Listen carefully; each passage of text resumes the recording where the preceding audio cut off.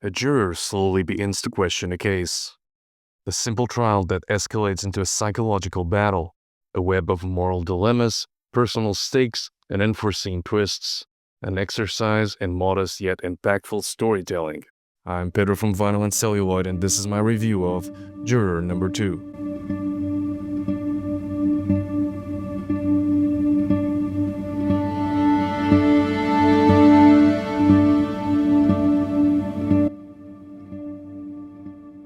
Before I start, the usual disclaimer, I'll be talking about some key plot points, so be mindful of the minor spoilers ahead. At the age of 94, Clint Eastwood has delivered what could very well be the director's final movie, though he hasn't confirmed or even addressed his retirement, so we can't be positively sure. What we do know is that the movie has already made waves with what has got to be the most puzzling release strategy coming from Hollywood in recent years, courtesy of Warner Brothers' top dog, David Zaslav. Zaslav has been responsible for plenty of cancellations as part of the studio's major restructuring, which saw the iconic conglomerate shelving already made projects, taking a loss, offsetting gains, and paying less in taxes. Money. This move also eliminates the production spending and additional cost it would take to make the films theatrical. Now it seems that Warner, who had a rough year with the likes of Joker, Folie à Deux, and Furiosa, a Mad Max saga bombing at the box office, is even dumping surefire hits in an attempt to streamline its operation.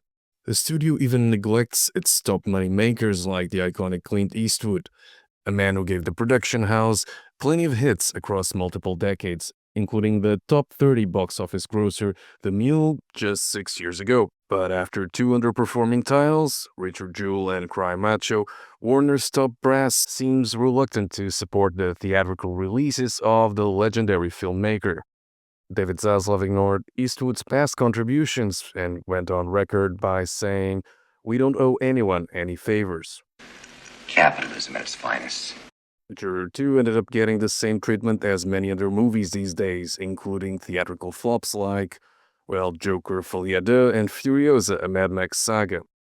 In these post-COVID days, it seems that theatrical windows are virtually non-existent, and there's no actual reason for casual moviegoers to visit the local screen, since they will soon be able to watch the very same titles at home, usually just 30 or 40 days after the movie hit theaters. I think that soon enough we will be able to see movies in our living room even before principal production is over.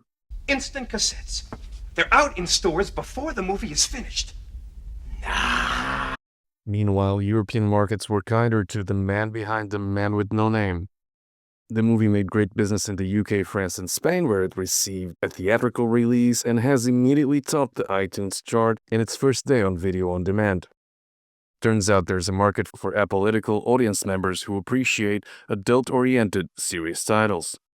Who knew? The secret behind Clint Eastwood's latest hit, a fantastic execution of an enticing plot. In Juror number 2, we are introduced to recovering alcoholic journalist Justin Kemp, played by Nicholas Hoult, an ordinary man serving as a juror in a high-profile murder trial, one involving James Scythe, who is accused of murdering his girlfriend Kendall after the two had a public fight. Early in the trial, Justin begins to realize that he may have inadvertently caused the death of the victim in a road accident.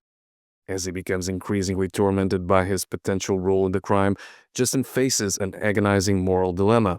Should he come forward and confess, risking his future and freedom, or stay silent and influence the jury's decision in order to protect himself?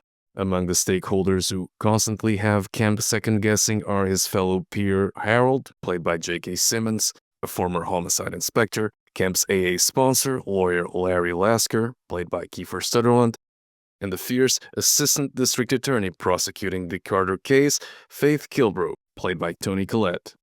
As the case proceeds, Justin develops a bond with the defendant, which adds further complexity to his ethical conflict.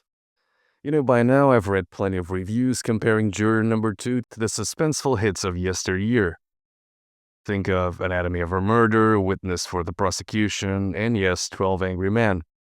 These reviews intend to reduce Eastwood's latest title by comparing it with movies made over 60 years ago, which targeted simpler, more impressionable audiences. I think that the people who wrote these reviews missed the point. I think that whilst the movie borrows from some pre-existing titles, but then again, which movie doesn't, it actually delivers a gripping narrative that bridges the worlds of Sidney Lumet's iconic 12 Angry Men and last year's Palme d'Or winner Justin Trier's Anatomy of a Fall. While Trier's film explores the uncertainty of the truth within human relationships in a legal context, and Lumet's classic focuses on how personal biases and moral dilemmas shape justice, Eastwood's film delves into the powerful intersection of personal guilt and a legal trial. Themes of justice, prejudice, and group dynamics mix with questions about the nature of the truth and the limits of the legal system in determining personal responsibility. This effective thriller dispenses with overly dramatic shots and dialogue common in courtroom dramas, instead creating a metaphorical silence that leaves a palpable sense of isolation as we follow Kemp's journey to solve the dilemma between self-preservation and a socially acceptable code of ethics. Summing it up, the experienced director does a lot with very little, creating a restrained yet impactful movie. The title is a deceiving, incredibly easy watch. There's more than meet the eye, though, and quickly draws you in, posing challenging and engaging moral questions. It leads with empathy, prompting us to question and expand our own capacity for it, which is something I truly appreciate in films. Juror number 2 also does a great job showcasing the American justice system and its inherent flaws, while simultaneously delving into the moral complexities faced by each character. The exploration of guilt, conscience, and the legal system is captivating, giving the film a depth beyond the standard courtroom drama. I think that every shot in the film is very close to a masterpiece, and virtually almost every frame feels like an ode. Some of Eastwood's best opening shots can be found here, and the final moments are simply unforgettable. The bittersweet mix of closure and ambiguity, simplicity walking in front and next to complexity, a paradox of a movie, really. I think one thing that holds the movie back is the lead performance. Nicholas Hoult delivers a capable outing as Justin Kemp, capturing the inner turmoil of the character, though it doesn't quite take the role to the next level. Toni Collette and Chris Messina stand out as the stronger performances in the ensemble, bringing nuance and intensity to their respective roles, which helps to lift key moments of the film. J.K. Simmons is great as always, leaving you wishing his character had more screen time.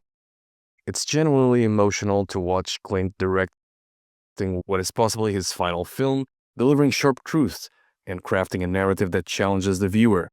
Like a true craftsman, he presents us with questions that leave us staring into the void, contemplating the weight of what we've just witnessed. The film doesn't condescend to its audience, but instead invites us to be part of the conversation, something that is sadly rare in today's cinema.